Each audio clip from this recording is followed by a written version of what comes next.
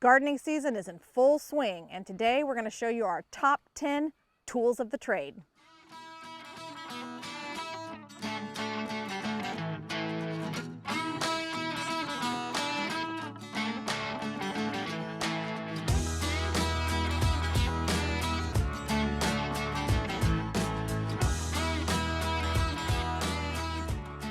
Hey folks, welcome back to the Rocking C Homestead. My name is Lance. I want to welcome you to our channel, and as Marcy said, we're going to talk about our top 10 tools for the garden.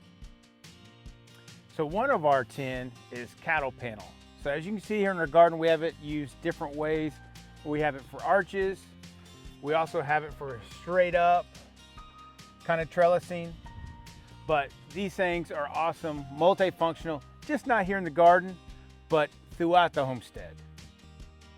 Now, if you're going to use cattle panel, I found the easiest way to connect it to anything that's wood is getting some cable screw clips. So these are just coax cable screw clips. They go right around, they fit this thing perfect, screw right into whatever you're trying to screw it into. And again, those things work out fantastic. So another good garden tool that we really didn't need to use our first year, but we used it quite a bit last year, is a black light. Now, I know that seems a little bit crazy, but I'm telling you, it is the one way that you can for sure find your hornworms on your tomato plants. So Lance and I had many a lovely date night out here in the garden with our black light, plucking hornworms off the tomatoes and squishing them. But when you shine your black light over the tomato plants, the hornworms glow. And we've got a video about that. We'll put it up here so you can see, but this is a wonderful tool to have in your garden if you've got tomato plants. Here's another great garden tool. Actually, it's just a good home tool or homestead, or even just your home. It's duct tape, and it has a million uses. And the thing that we've been using it for out here in our garden is to get the squash bugs off the squash plants.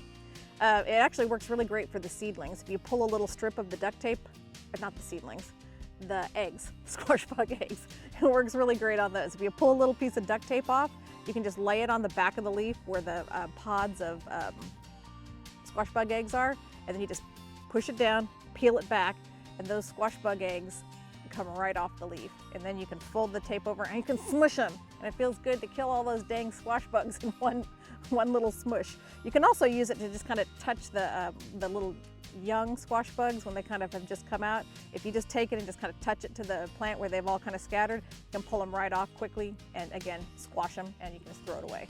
So duct tape, that's one of the uses, but that's what I've been using it for. And squash bugs, duct tape, it's the thing.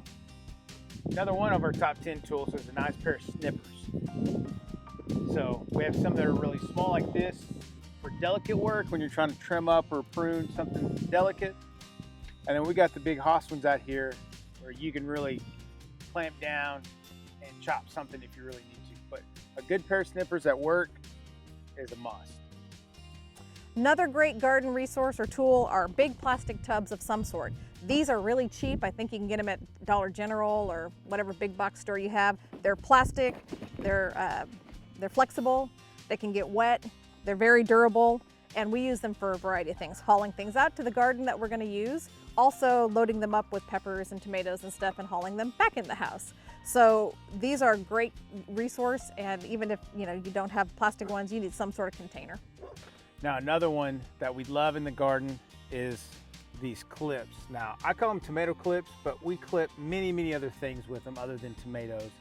It's really anything that you just want to clip back to a certain point. As you can see here on this tomato, it works really well, and we just clip it right up here to our cattle panel or to whatever it needs to be clipped to at that point. We also do some peppers and some other things, and they work really good. They're reusable, and probably at the end of the season you probably get about 95% of them back. Some of them just get stretched out or broke or weathered or whatever, but these are really good. Got these on Amazon.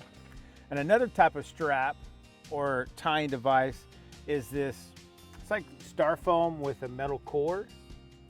And this is really good for things that are a little bit, that you want to tie a little bit looser, or you have to kind of pull in a little bit and you want it to be a little more gentle on the plants. This has really worked good for, especially on our tomatoes. We use this quite a bit. So having a good different types of tying back or trellising items is really good to have in your garden. Another great tool, dowel rods. They're usually pretty cheap to acquire, and you can use them from year to year. We use them to train our tomatoes to trellis up the cattle panel, and any other thing that needs to be staked or tied down, even if it's just temporarily. Dowel rods are great.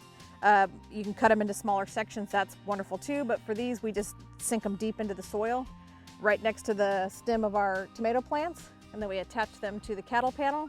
And by the time the tomatoes hit about where the dowel rod ends, it's great. They're so big that we're just attaching them straight to the cattle panel at that point.